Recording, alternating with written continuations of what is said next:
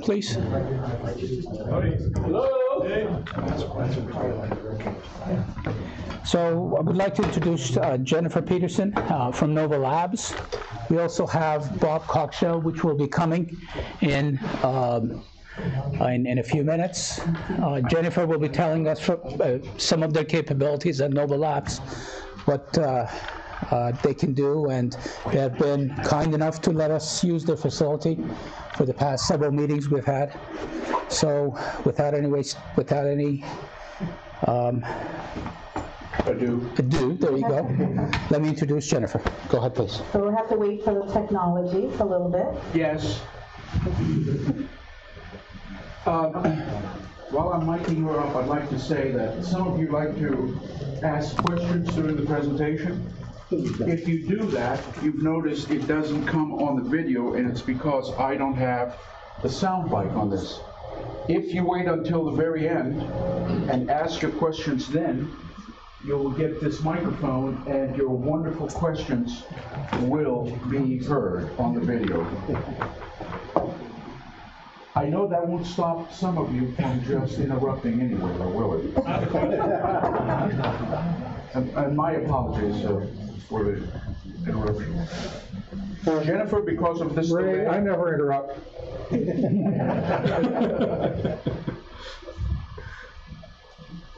Because of this interruption, you have free food after this. Oh, there you go.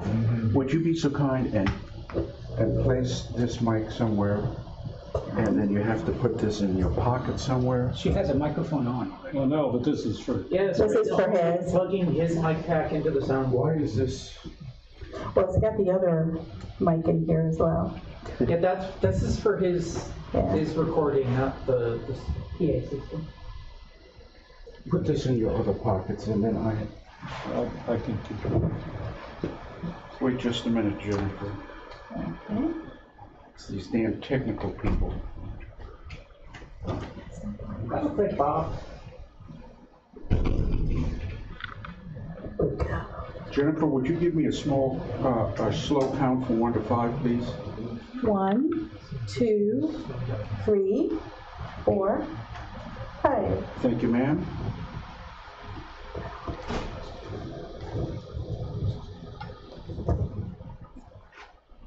And you are now live. Okay. So, let me make sure I can see my slides here. All right. So, welcome to my briefing. So, Nova Labs' tagline is rediscovering the joy of making. And I am Jennifer Peterson. So, my official title is Facilities and Member Services. That translates to day-to-day operations manager, only I don't like that title. So I think the other one's a little more descriptive of what I do. The bathroom breaks, and they report it to me. So that's facilities. If the projector breaks, they report it to me. But I also do the membership onboarding. A team of people does that. So I think it's a little more descriptive. Okay, I am by day a senior network engineer. I used to work for EDS, and then I worked for HP, and then I worked for... So now I work for the company to be named later. Okay, so legally we are not allowed to call it what they have announced. So I am waiting to see what goes on the business cards. So I think this is my 5th company in as many years. So that's who I am. I work on a contract for DISA, writing cybersecurity policy in the network area. Okay, so the objectives of this talk with you guys is to learn the elements of the maker movement, but also to give you some context for Nova Labs. Learn about Nova Labs Inc. that's located in Reston, Virginia, and explain the basics of getting started at Nova Labs. Okay, so just get those 3 things out of here. So a little bit of background about the maker movements and Nova Labs first. What is the maker movement? So the maker movement was started in 2005 by the founder of Make Magazine, so roughly 2005. The maker movement is a combination of the pre-existing and more familiar DIY, so more hobbyist people, and then a community, and then you get DIT, doing it together. So I always tell people when they come in, the most important thing that is here at Nova Labs is the community. Not the tools, those are secondary, it's the community. Everybody can have tools in their garage, and a lot of our people do have full-fledged garages. But why do they come here? The community, okay? So it's fueled by passion and powered by the advances in technology. In other words, so some people refer to it as the third industrial movement. That's the maker movement, which is pretty fascinating. And it coexists with the traditional manufacturing and digital manufacturing, which is a lot of the tools we have are driven by computer, digital manufacturing tools, digital fabrication. So we have CNCs, which is a computerized tool. So it's a traditional tool, except it's driven like a router, except it's driven by a computer drawing, in essence. Okay? Mass customization. So another thing that the Maker movie explains is the concept of mass customization. This is not a word that we use every day at Nova Labs. I just know it because of the explanation from the founder. But I do see it every day. Because I watched the movie, I see the instances of mass customization, which those two words should not go together. And I've been talking to government agencies and stuff like that, and that's the part of it that they get very excited about. We have this event called TOM. Okay, it's a Jewish name, Tukum Olam. But this event helps, and those are pictures, 2 pictures from that event. This event, when it comes to quality of life for older people with medical conditions, the government and health and the large manufacturers of health products are not doing a really good job. If people have a disability, a lot of times it's very tailored just to that person. The solution for quality of life, the medical stuff is different, but quality of life stuff is kind of like, which iPhone do you get? You know, it's more, which coffee cup do you get? It depends on your likes and dislikes. It depends on the specific characteristics of your disability. The Maker movement can individualize a coffee cup like nobody's business.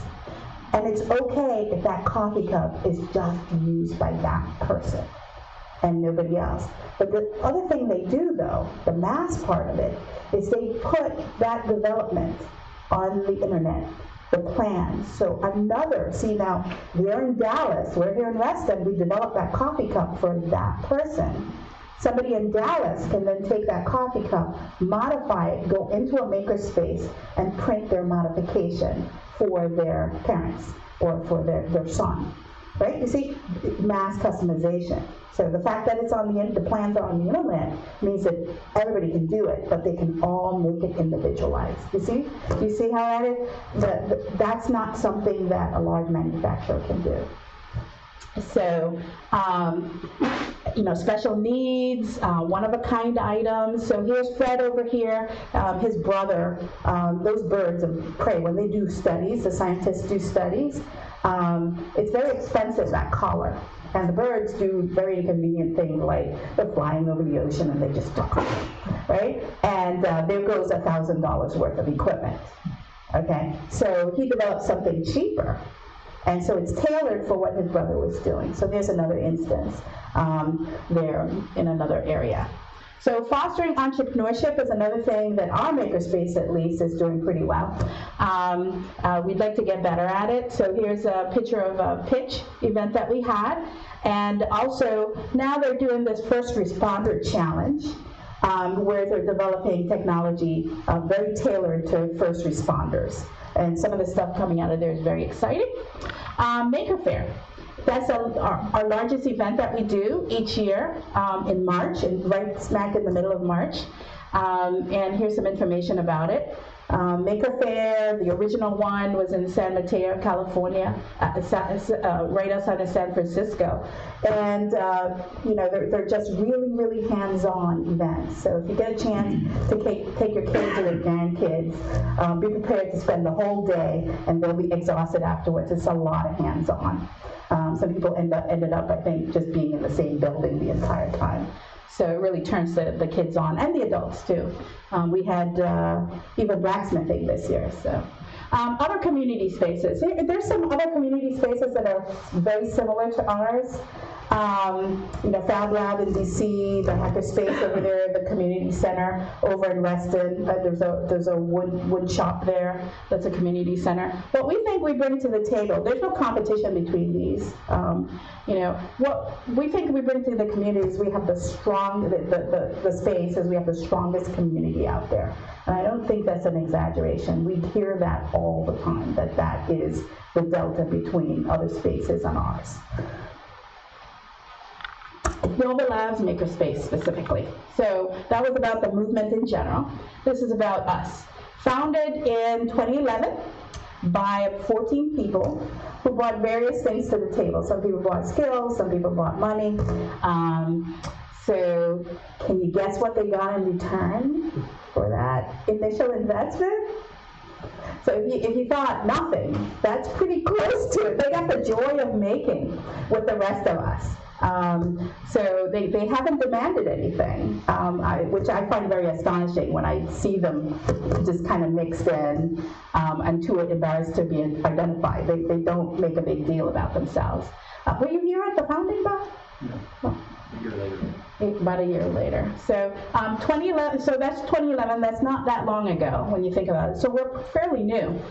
We have a lot of toddler type problems. If you get involved, you'll see what I mean. Okay. Some invested. We opened in about 2012. Okay. We were helped by another organization. It was. You see that space in the back, F. Okay, right next to it, we opened, that was 1,600 square feet. That's one of those units that you store things in. It's pretty deep. None of the tiles match. And then a year later, we doubled in space to 3,200 square feet. There you go. And so in that picture, though, that picture is kind of interesting. Well, anyway, we moved in August of 2015, and that's where we are. We call it Nova Labs 2.0. And our future building we call it 3.0. But in that, there are a bunch of founders in there. There's Fred and Justin. But that guy with the beard is from Google. So our building is Google money, quite a bit of Google money. We're terrible at finding people to donate money. So thank goodness for Google, who, that guy right there, Vince Certs. Does anybody recognize the name? Vince Certs. TCP/IP. Yeah, TCP/IP. He's known as Father of TCP/IP. But he is absolutely in love with his space. His wife is disabled. I think she has vision issues. And so he comes once in a while and has us, Fred, helping with some stuff. So, but, they've donated quite a bit. I think 150,000 at this point. Not a lot in terms of other people, but we really, between the do-it-yourselfers, all of them pulls together, the idea that we're a community and the idea that one person teaches another person and it doesn't matter how old or young.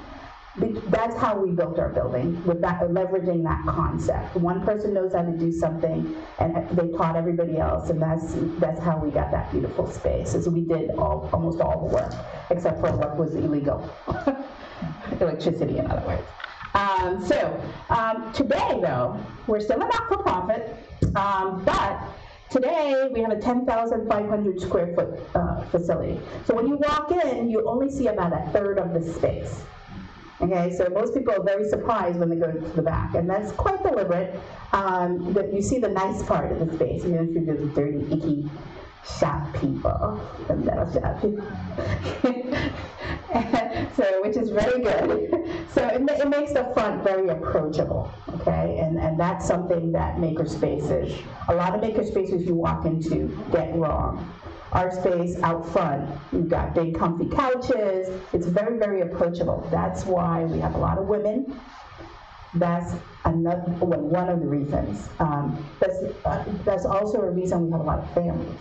Okay, so, and there's a study that shows that we were right. So here's all the stuff we have though, and some representative pictures.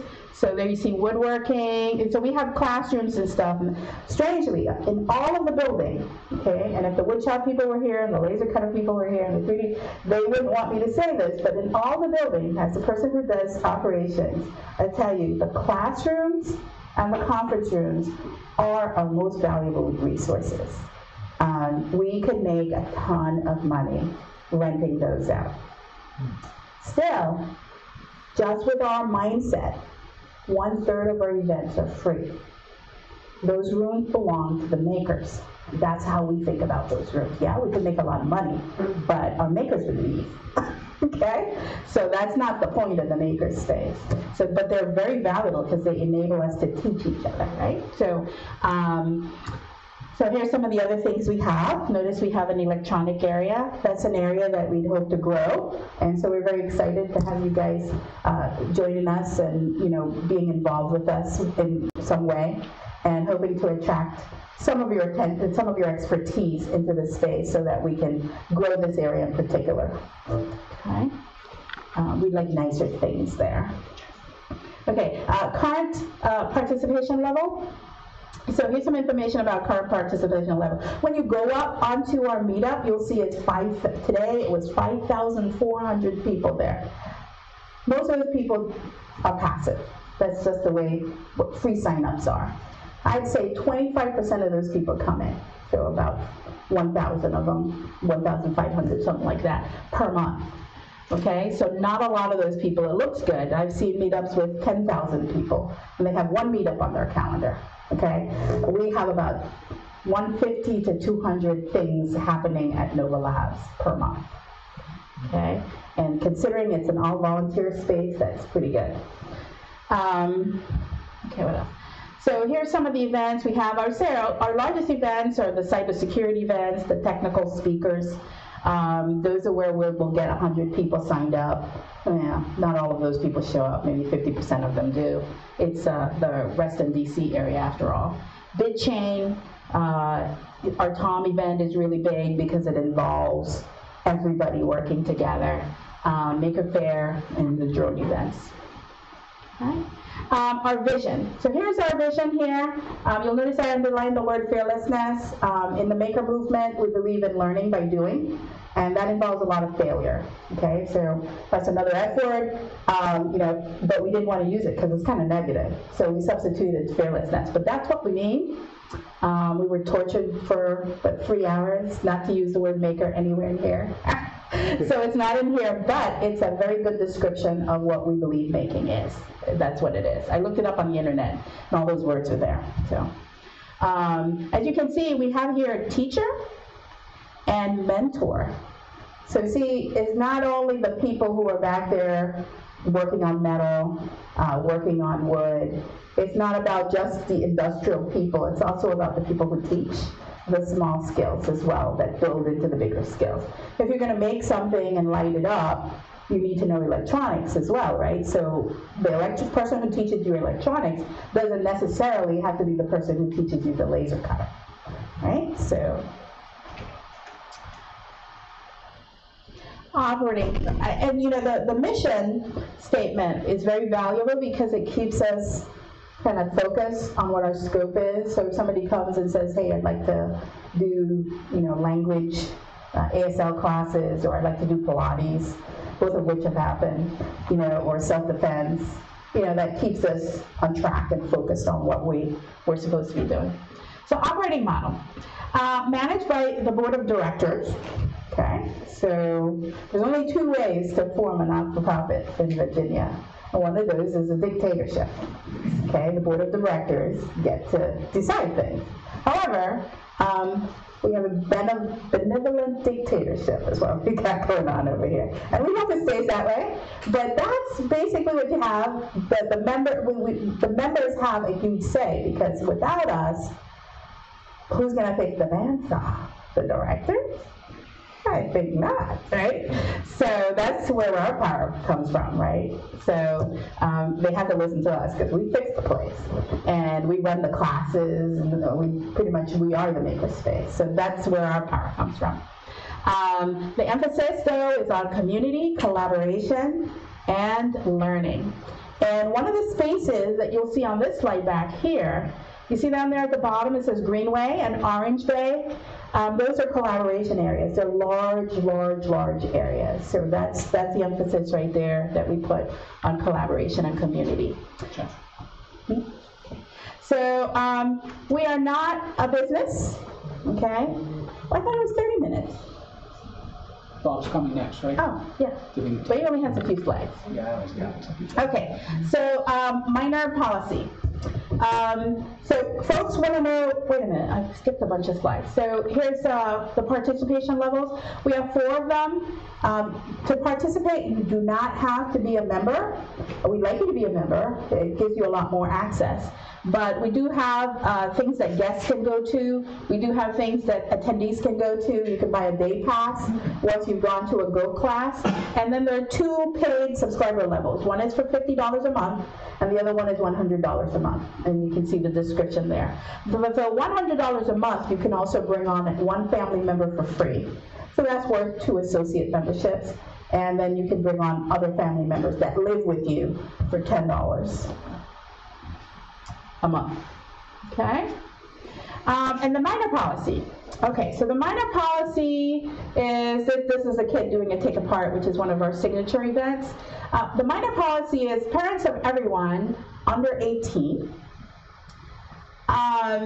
must remain at the lab, and they must follow the instructions on the meetup. Okay, we have each meetup that happens, or meetups are like classes and stuff that we do. If we have a special thing that breaks up just for kids, we'll put it on there. There's almost never anything. As long as your parents are with you, you can pretty much do just about anything at Nova Labs that's appropriate for a child. Okay, so we intend for it to be kind of like the old way where it's, the parent is teaching the child, except they're using a shared tool at Nova Labs, okay? But the bottom line down there, you see there? So I'm recommending, when I speak to kids groups and stuff, or for my interns, the way that the program is run is through Maker Quest, which is a quintessential maker movement kind of thing. Rather than attending class after class after class like they do at school, it's better if they select a project and go on a quest to learn the skills, to acquire the skills they need for that maker quest. See what I'm saying? So, the class, taking a laser class and never doing anything with it is what a lot of people who walk through the door are about. That's not how you really acquire laser cutter mojo, okay? It's through the project. Lab hours, this can be kind of complicated because it's so flexible. It's like buying cereal, there's so much choice. Okay, so we have guaranteed hours from 5:30 to 8:30, but those are for people like guests and attendees who are not subscribing members. The associates, like Bob was probably there at 11 this morning. If you're an associate, you kind of get to know, where everybody hangs out, and they'll let you in within reason. Okay, so associates have independent access to the space once they get it. Okay, key members have a key to the front door. Okay, so instructor incentive program. So this slide is about that part where we're teachers and sharers. Okay, so one of the ways that we incentivize that 150 to 200 events, and the portion of that, that's paid, is we pay the instructor between 70% and 80% of the proceeds from the class. So that's why I said on that other slide, most of how our operation budget is actually member dues. Okay, so that's why that's emphasized. But the members come here for a reason, and we know it, so that's why we do it this way. Okay, no content, no members probably, or some members, the ones that can make for themselves. So ways to get started. So I have FAQs up on the wiki it's got just enough for you to get started, okay? Basically it tells you go to go. if you've decided to get involved in the space, but the first thing really is a tour.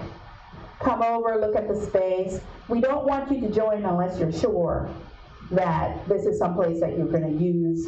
Don't do it like a gym membership. There's a lot of free stuff that you can try before you die, okay? So we don't want people flipping every 5 minutes, you know, oh, I'm a member, I'm not a member. Once you've decided to get involved, though, then the next thing is the Go. And the Go explains the processes and procedures and policies and code of conduct that we have. You know, we're not the internet. We don't believe in people yelling at each other and stuff like that. We're pretty serious about that. And the clean up after yourself thing. If you have any further questions, just contact me at info@nova-labs.org, no matter what the question is, okay? And I'll get somebody to respond to you, or I'll respond. Any questions? Here's a question here. Yeah, you said that you're moving shortly? No. When we moved in, we thought we were only going to be there for 7 years, and then we moved to Nova Labs 3.0. But that whole area is kind of in wait state. If you've been over there and you look at the metro area with the tall buildings that grew up like mushrooms, that's how that whole area is going to look. So we're in one of the older buildings. They're going to tear the whole place down, but they don't know. They have no schedule. No paperwork has been filed. Nothing. Well, if you do move, I hope it's equally close to a metro station.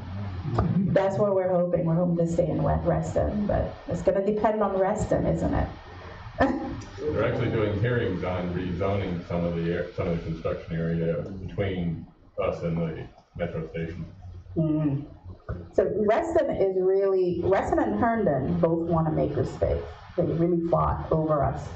And so we'll see how incentivized they are, because we're not going to be able to afford the new rent, probably. Anyone else? Are you working with the community center in Reston? Because they have sort of a makerspace. It's more like robotics and stuff like that. So our president, Mary Beth, works for the community center, has a big role there. And so, but as far as working with them, I would not put that at the top of our list of things that we do, no. Yeah. Thank you, Jennifer. We have one more presenter, Bob Cockshell, will be talking to us about the ham radio involvement at the club and equipment, facilities that they have. We only have 5 minutes for that. Yep, we only have 5 minutes. I'm sorry, but that's really. No, he's aware, yeah. Both. Oh, use that. You got, use this.